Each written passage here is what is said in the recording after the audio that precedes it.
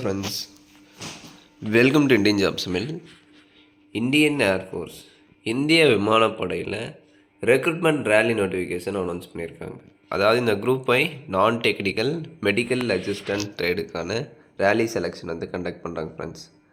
இது எங்கே கண்டக்ட் பண்ணுறாங்க அப்படின்னா Maharaja college ground, P T Usha road, Ernakulam, Kochi, Kerala லொக்கேஷனில் இதுக்கான ரேலி செலெக்ஷன் கண்டக்ட் பண்ணுறாங்க. ஸோ இந்த செலெக்ஷனுக்கு எந்த டிஸ்ட்ரிக்ட்லாம் பார்ட்டிசிபேட் பண்ணலாம், என்னென்ன ஆக்டிவிட்டி கண்டக்ட் பண்ணுறாங்க, எஜுகேஷன் குவாலிஃபிகேஷன் என்ன, எந்த டேட்டில் கண்டக்ட் பண்ணுறாங்க, எல்லாமே நான் கிளியராக ஷேர் பண்ணுறேன். வீடியோவை ஸ்கிப் பண்ணாமல் பாருங்கள். இந்த ரேலி செலெக்ஷனை யார் அட்டன் பண்ணலாம் அப்படின்னா மேல் இந்தியன் சிட்டிசன், அதாவது தமிழ்நாடு, கேரளா, கர்நாடகா, தெலுங்கானா, ஆந்திரா, புதுச்சேரி இந்த மாநிலத்தை சார்ந்தவங்க இதுக்கு அப்ளை பண்ணலாம் அப்படின்னு சொல்கிறாங்க. Maharaja's college ground, P T Usha road, Ernakulam, Kochi, Kerala லொக்கேஷனில் இந்த ரெக்ரூட்மெண்ட் டெஸ்ட் வந்து கண்டக்ட் பண்ணுறாங்க.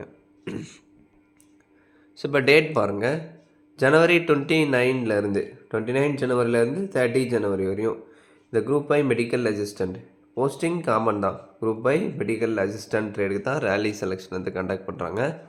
+2 கேண்டிடேட்ஸ், +2 பிஎஸ்சி டிப்ளமோ படிச்சிருக்கீங்க அப்படின்னா இதுக்கு நீங்கள் அட்டன் பண்ணலாம். இதை நீங்கள் அட்டன் பண்ண முடியும். ஸோ ஒன்லி +2 மட்டும்தான் படிச்சிருக்கேன் அப்படின்னா நீங்கள் அட்டன் பண்ணலாம். அதே மாதிரி டிப்ளமோ பிஎஸ்சி ஃபார்மசி படிச்சிருந்தாலும் நீங்கள் அப்ளை பண்ணலாம், அட்டன் பண்ணலாம். சரிங்களா? ஸோ இங்கே பாருங்கள், குரூப் ஐ மெடிக்கல் அசிஸ்டன்ட் 29 ஜனவரிலேருந்து 30 ஜனவரி வரைக்கும் கண்டக்ட் பண்ணுறாங்க. நீங்கள் 29 ஜனவரியே வந்து ரிப்போர்ட் ஆயிடணும் அப்படின்னு சொல்கிறாங்க. ஸோ அதுக்கு தேவையான அரேஞ்ச்மெண்ட்டு, தங்கிறதுக்கு ரூமு, ஃபுட்டு, இது எல்லாமே, இந்த அரேஞ்ச்மெண்ட் எல்லாமே நீங்கள் தான் பார்த்துக்கணும். சரிங்களா? ஸோ ஆக்டிவிட்டியில் ஃபிசிக்கல் டெஸ்ட்டு, ரிட்டன்னு, அடாப்டபிலிட்டி டெஸ்ட்டு, மெடிக்கல் அப்பாயின்மெண்ட் இருக்கும். இதுக்கு எந்த டிஸ்ட்ரிக்டை சார்ந்தவங்க அப்ளை பண்ணலாம் அப்படின்னா தமிழ்நாடு, கர்நாடகா ஸ்டேட்டை சார்ந்த எல்லா டிஸ்ட்ரிக்கும் அட்டன் பண்ணலாம் அப்படின்னு சொல்கிறாங்க. அதே மாதிரி 1 பிப்ரவரியிலேருந்து 2 பிப்ரவரி நீங்கள் 1 பிப்ரவரியே வந்து அங்கே ரீச் ஆயிடணும் அப்படின்னு சொல்கிறாங்க. குரூப் ஐ மெடிக்கல் அசிஸ்டன்ட் அதே +2 கேண்டிடேட்ஸ்க்கு தான். Same physical, written, adaptability, medical appointment இருக்கும். தெலுங்கானா, ஆந்திரா, கேரளா, புதுச்சேரி, லக்ஷத்வீப் இந்த ஸ்டேட்டை சார்ந்த எல்லா டிஸ்ட்ரிக்கும் வந்து அட்டன் பண்ணலாம் அப்படின்னு சொல்கிறாங்க. அதே மாதிரி 4 பிப்ரவரியிலேருந்து 5 பிப்ரவரி வரையும் நீங்கள் 4 பிப்ரவரியே வந்து ரீச் ஆயிடணும்னு சொல்கிறாங்க.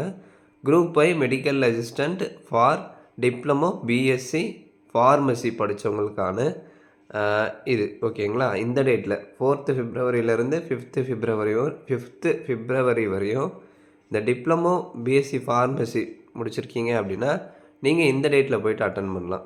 சேம் செலெக்ஷனில் அதே தான் இருக்கும். இதுக்கு எந்தெந்த டிஸ்ட்ரிக்ட்லாம் வந்து அட்டன் பண்ணலாம் அப்படின்னா தமிழ்நாடு, கேரளா, கர்நாடகா, தெலுங்கானா, ஆந்திரா, புதுச்சேரி, லக்ஷத்வீப் இந்த ஸ்டேட்டை சார்ந்த எல்லா டிஸ்ட்ரிக்கும் வந்து அட்டன் பண்ணலாம் அப்படின்னு சொல்கிறாங்க. Recruitment test shall be conducted from 6 AM காலையில் 6 மணிலேருந்து இந்த செலெக்ஷன் ப்ராசஸ் வந்து ஸ்டார்ட் பண்ணுறாங்க. ஸோ அதாவது 4ஆம் தேதியிலேருந்து 5ஆம் தேதிக்குள்ளே கொடுத்துருக்காங்க இல்லையா. ஸோ 4ஆம் தேதி காலையில் 6 மணிலேருந்து உங்களுக்கு செலெக்ஷன் ஸ்டார்ட் ஆயிரும். அதே மாதிரி 1 பிப்ரவரியிலேருந்து 2 பிப்ரவரி சொல்லியிருக்காங்க இல்லையா. ஸோ 1 பிப்ரவரி 6 AM நீங்கள் அங்கே இருக்கணும். ஸோ ஆக மொத்தத்தில் அதுக்கு முன்னாடியே வந்து நீங்கள் ரீச் ஆயிடணும்.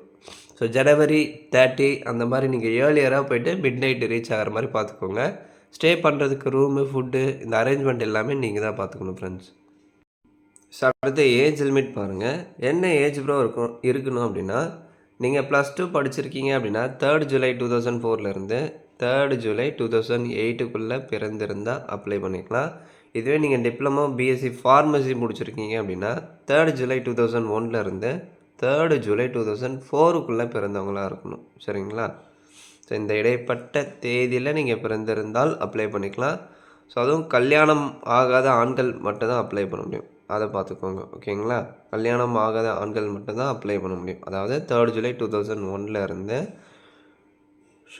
Should be born between 3 July 2001 3 July 2004 நீங்கள் பிறந்திருக்கணும்.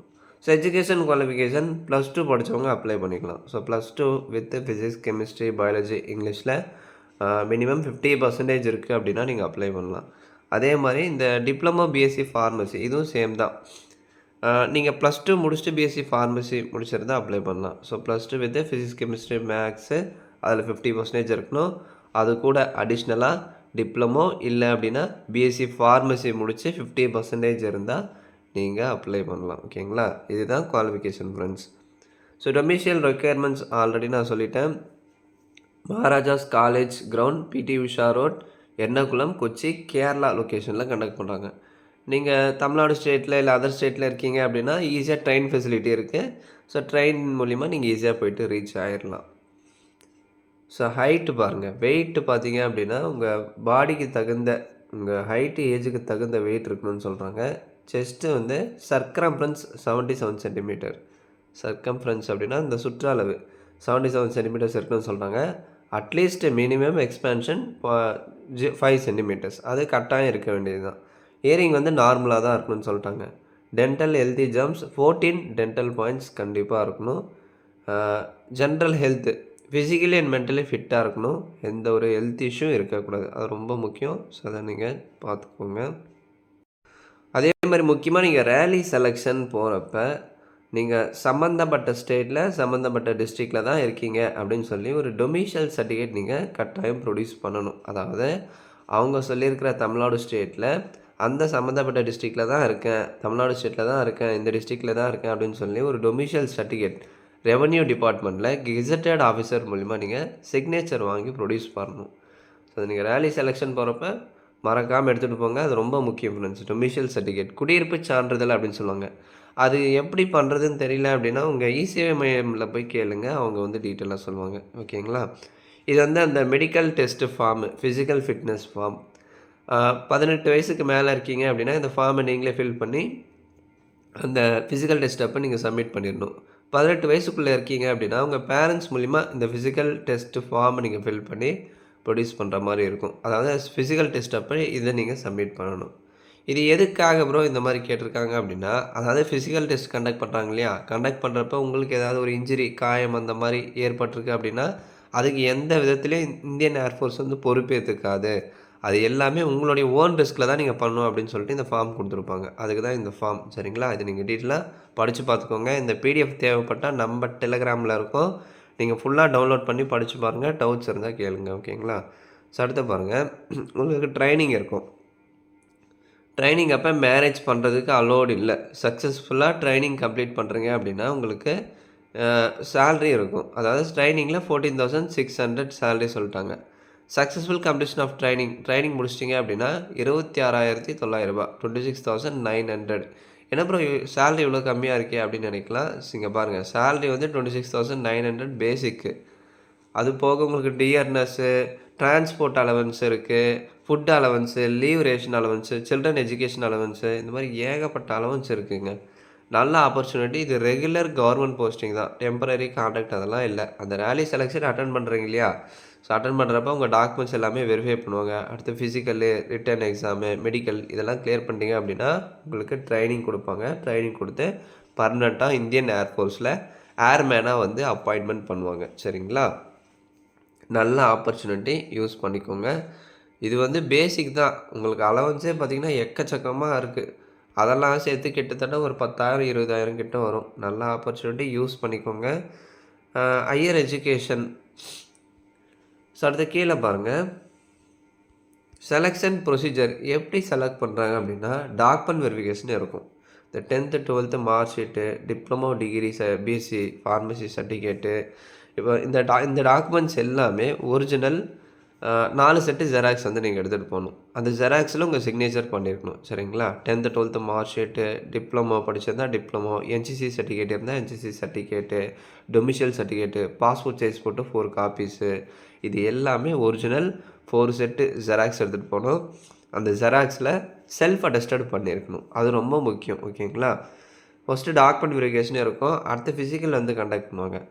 1.6 கிலோமீட்டர் ரன்னிங் இருக்கும். அது நீங்கள் 7 மினிட்ஸில் கம்ப்ளீட் பண்ணிடணும். யார் அப்படின்னா இந்த 21 வயசுக்குள்ளே இருக்கிறவங்க, 21 ஏஜ் அப் டு 21 ஏஜ், அதாவது 21 வயசுக்குள்ளே இருக்கிறவங்களுக்கு ரன்னிங் இருக்கும். 1.6 கிலோமீட்டர் ரன்னிங் 7 மினிட்ஸில் கம்ப்ளீட் பண்ணிடணும்.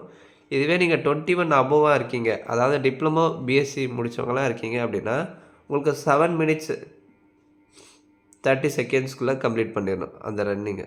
2 பேருக்கும் ஒரே கிலோமீட்டர் ரன்னிங் தான். 1.6 கிலோமீட்டர் ரன்னிங் தான். நீங்கள் 12th வரையும் படிச்சிருக்கீங்க அப்படின்னா 7 நிமிஷத்தில் முடிச்சிடணும். இதுவே நீங்கள் டிப்ளமோ, பிஎஸ்சி, ஃபார்மசி, அதாவது 21 ஏஜ் அபோவாக இருக்கீங்க அப்படின்னா உங்களுக்கு 7 மினிட்ஸ் 30 செகண்ட்ஸ் அதுக்குள்ளே நீங்கள் முடிச்சிடணும். 21 வயசுக்குள்ளே இருக்கீங்க அப்படின்னா 7 நிமிஷத்தில் முடிச்சிடணும். சிம்பிளாக சொல்கிறேன் பாருங்கள். 21 வயசுக்கு மேலே இருக்கீங்க அப்படின்னா 7 நிமிஷம் 30 செகண்ட்ஸில் முடிச்சிடணும். அதாவது இந்த டிப்ளமோ, பிஎஸ்சி, ஃபார்மசி படித்தவங்க இவங்கெல்லாம் 21 வயசுக்கு மேலே தானே இருப்பாங்க. +2 முடித்தவங்க எப்படி 21 வயசுக்குள்ளே தான் இருப்பாங்க. அதை தான் அவங்க மென்ஷன் பண்ணி சொல்கிறாங்க. நீங்கள் டீட்டெயிலாக செக் பண்ணிக்கோங்க. அடுத்த ரிட்டன் டெஸ்ட் இருக்கும். ஃபிசிக்கல் ஃபிட்னஸில் நீங்கள் குவாலிஃபை ஆகிட்டீங்க அப்படின்னா அதே சேம் டேயில் உங்களுக்கு ரிட்டன் வந்து கண்டக்ட் பண்ணுவாங்க. ரிட்டன் எக்ஸாம் வந்து அப்ஜெக்டிவ் டைப் OMR பேஸ்டாக தான் இருக்கும். இங்கிலீஷ் அண்ட் ஹிந்தியில் இருக்கும். நீங்கள் இங்கிலீஷில் அட்டன் பண்ணிக்கலாம். ஹிந்தி வந்து ஆப்ஷனல் தான். சரிங்களா? +2 CBSE சிலபஸ் அடிப்படையில் உங்களுக்கு கொஷின்ஸ் இருக்கும். ஸோ மொத்தம் 45 நிமிஷம் இருக்கும். 45 மினிட்ஸ் எக்ஸாம் டியூரேஷன் இருக்கும். இங்கிலீஷ்லேருந்து ஒரு 20 கொஷின், அதே மாதிரி ரீசனிங் அண்டு ஜென்ரல் நாலேஜ்லேருந்து ஒரு 30 கொஷின்ஸு. ஓகேங்களா?